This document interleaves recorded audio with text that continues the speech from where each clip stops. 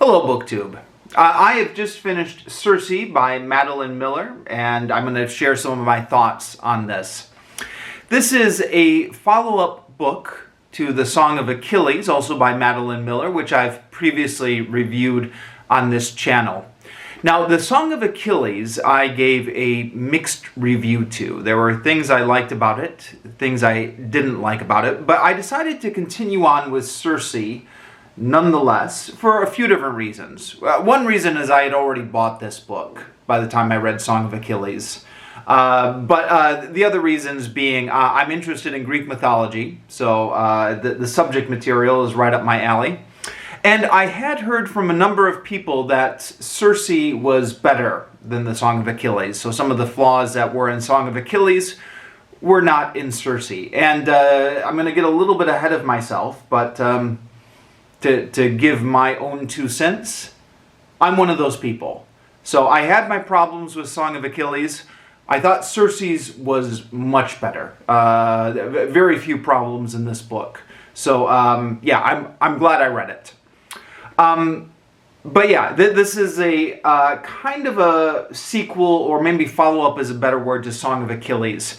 It definitely takes place in the same universe as Song of Achilles. There are references to some of the events in Song of Achilles in this book. It's mostly different characters. The character, I mean, aside from references to other characters, the character who's consistent between both books is, of course, Odysseus, because Circe comes from the legend of Odysseus. Now, I think most people are familiar with the legend of Odysseus already, right? And the legend of Circe. So, I mean, just to recap briefly, Circe is the famous sorceress or enchantress who turns Odysseus's men into pigs when they visit his island. Odysseus is able to defeat her or outsmart her. He's been warned by the gods ahead of time how to defeat her. And so instead of getting turned into a pig, he pulls out his sword and threatens her. And she falls to her knees and entreats him, and they end up becoming lovers, and then she actually ends up helping him in the story. So she's kind of portrayed as like, in the original myth, kind of like a wicked enchantress, but also maybe a seductress, and eventually ally of Odysseus.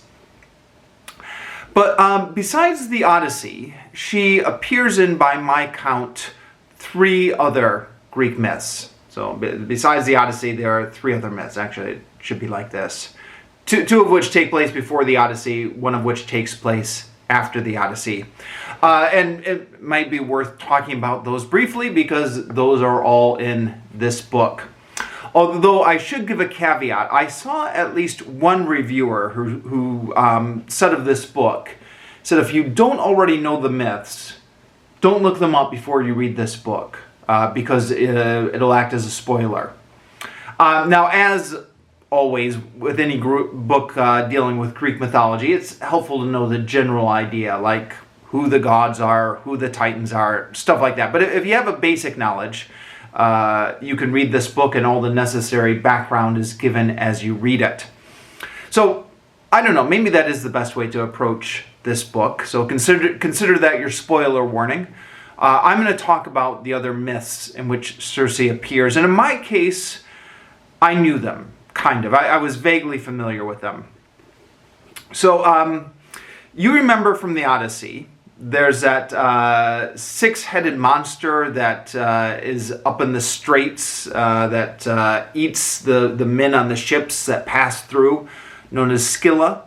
One of the myths associated with Circe is she was responsible for turning Scylla into the monster. Scylla had previously been a nymph. They were both in love with Glaucus, one of the sea gods. Circe got jealous, and so she conducted a potion which turned Scylla into that monster. According to Wikipedia, this myth comes originally from Ovid's Metamorphoses, which I have not read, but is also repeated in Bulfinch's mythology, which is largely based on Ovid's Metamorphoses, which I've read and reviewed it on this channel. So I was familiar with that story from Bulfinch's mythology. Circe also appears in the legend of Jason and the Argonauts, which again popped up in one of the books I've reviewed on this channel. I've not read any of the original sources, the original classics on Jason and the Argonauts, but I have read The Golden Fleece by Robert Graves, which is a retelling of that myth in which Circe appears in that retelling. Circe is actually the aunt of Medea, and Medea and Jason visit Circe's island. So that's another myth that Circe is involved in and which I'm familiar with. And then the last one, after the Odyssey. So the Iliad and the Odyssey were at one time part of an epic cycle of poems about the Trojan War and the aftermath of the heroes from the Trojan War.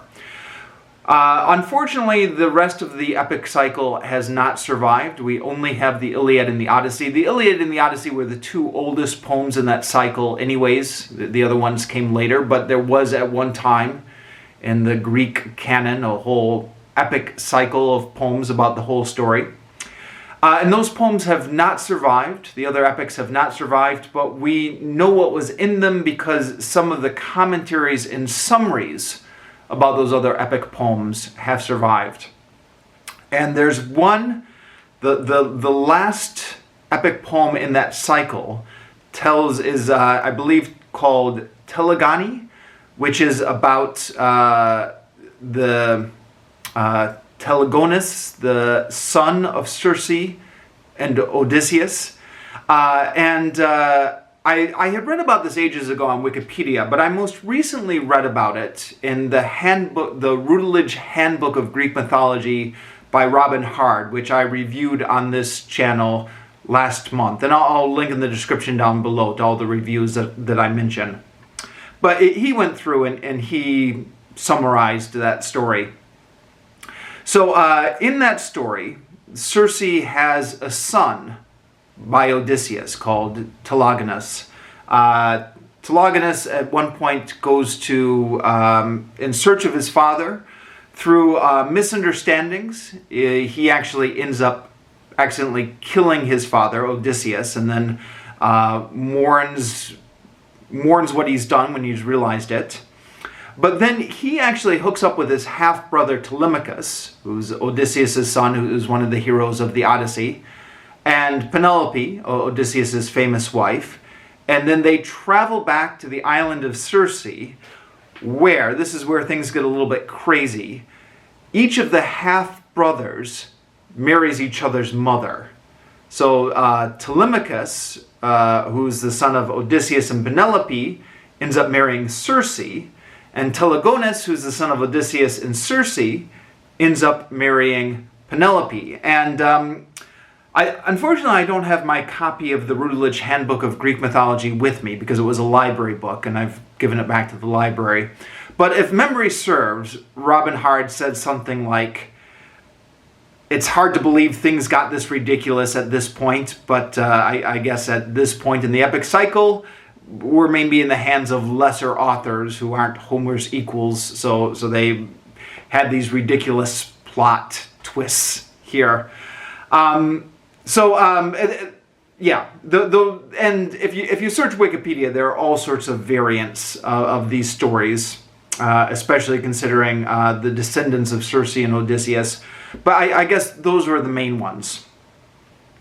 Now, what this book does well, in my opinion, is it weaves all four of those stories together into one narrative.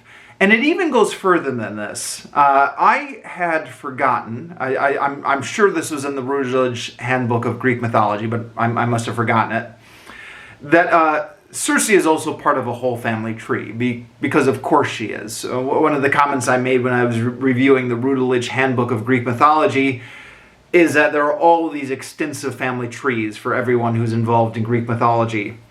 And Circe is the daughter of a nymph who's a daughter of Oceanus, and Helios, the sun god.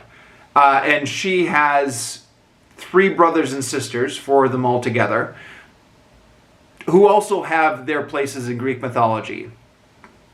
So there is, I forget the name, Pharisee or something like that, who ends up being the one, again, if you know your Greek mythology, you'll remember this story.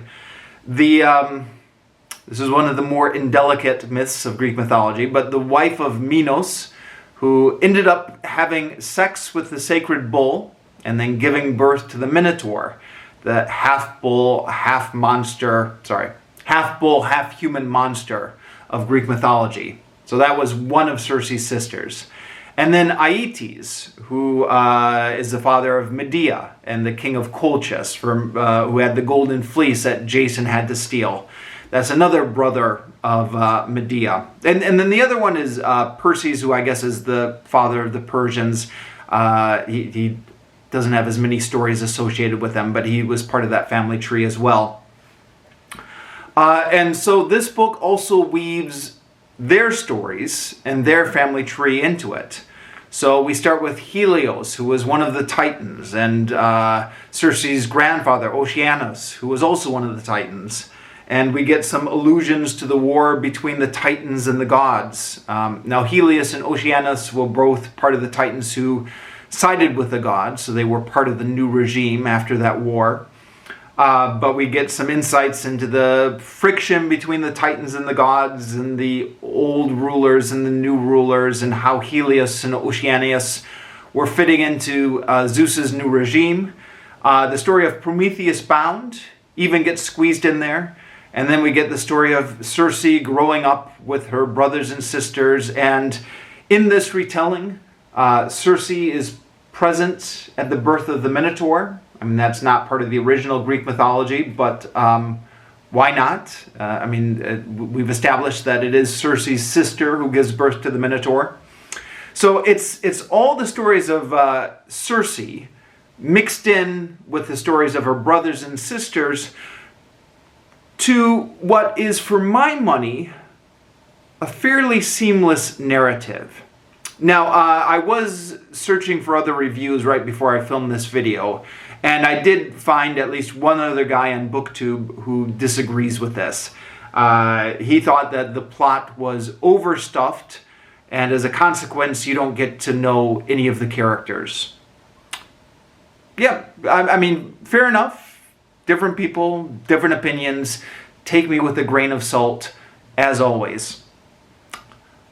But I kind of like an overstuffed plot. I mean, I'm a reader of the 21st century. I've got a short attention span. Keep it moving. Give me lots of stuff in here. I don't want to linger too much on any one thing. I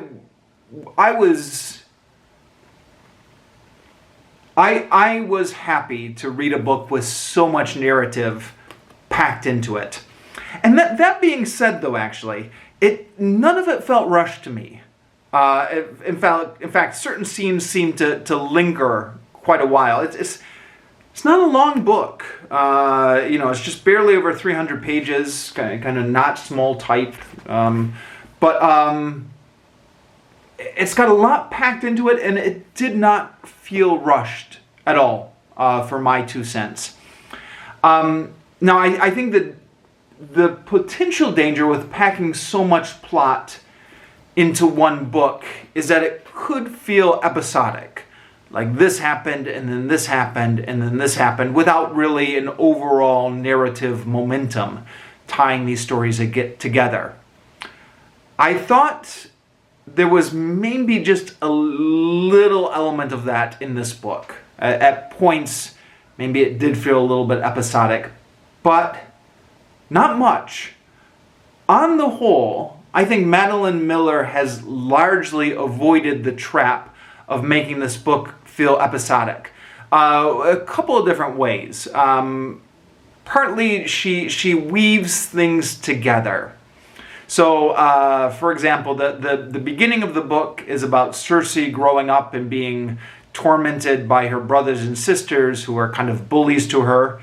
And this creates some setup which will pay off later as her brothers and sisters have their own misfortunes or adventures that Circe gets roped into for one way or the other. Circe has her own character journey as she grows through the book and kind of struggles with her feelings of inadequacy that are set up early in the book and then develop later on in the book.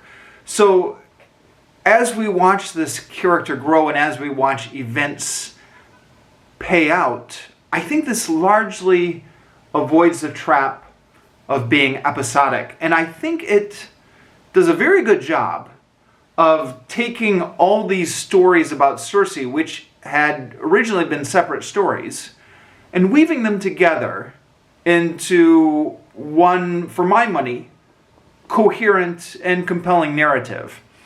Now, the thought occurred to me when I was reading this book that Madeline Miller had done a good job of taking these stories and making them into one narrative, and thus kind of rescuing the story of Circe from being a series of separate different stories in which she is a background character, the antagonist, and putting it together to make it into one story for Circe. And the thought occurred to me, is she the first author to do this? Or has it been done before? Because with Greek mythology, seeing as how it's 3,000 years old, you always want to check Wikipedia first before you assume that a modern author is the first author to do anything. And it does look like, according to Wikipedia, that there have been several retellings of the story of Circe over the years. In the Middle Ages, in the classical music era, it looks like there are like 5 operas based on the story of Circe. And I've not dived into all of them. I've not watched the operas or anything like that. So it is possible that there are other stories out there that do kind of put the story of Circe into a coherent narrative. But this one definitely works, whether it's the first one to do it or not. It's an interesting take on it. Now, there are some slight deviations from, I think, the original sources in some places. I'm not going to get into all of them, and I'm not an expert as well, so there could well be more to this than I know. I'm okay with that for the most part.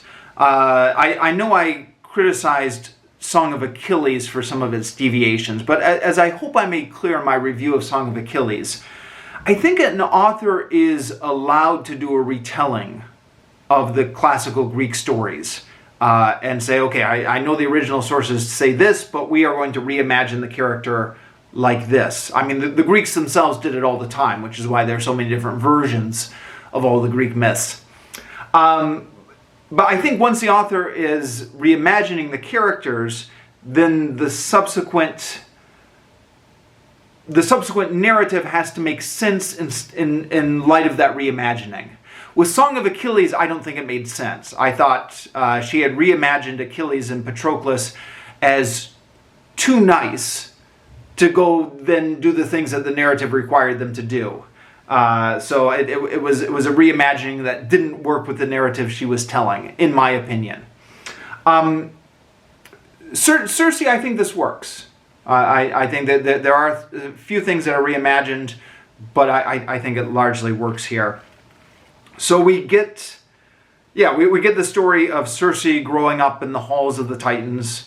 We get her rivalry with the siblings. We get the story of her siblings mixed into this. So the birth of the Minotaur and everything like that. We get Jason and Medea coming to Circe's island. Now, my impression, kind of the what little I have read about Greek mythology, is that the chronology around the legend of Theseus and the chronology around Jason and the Argonauts gets a little bit muddled.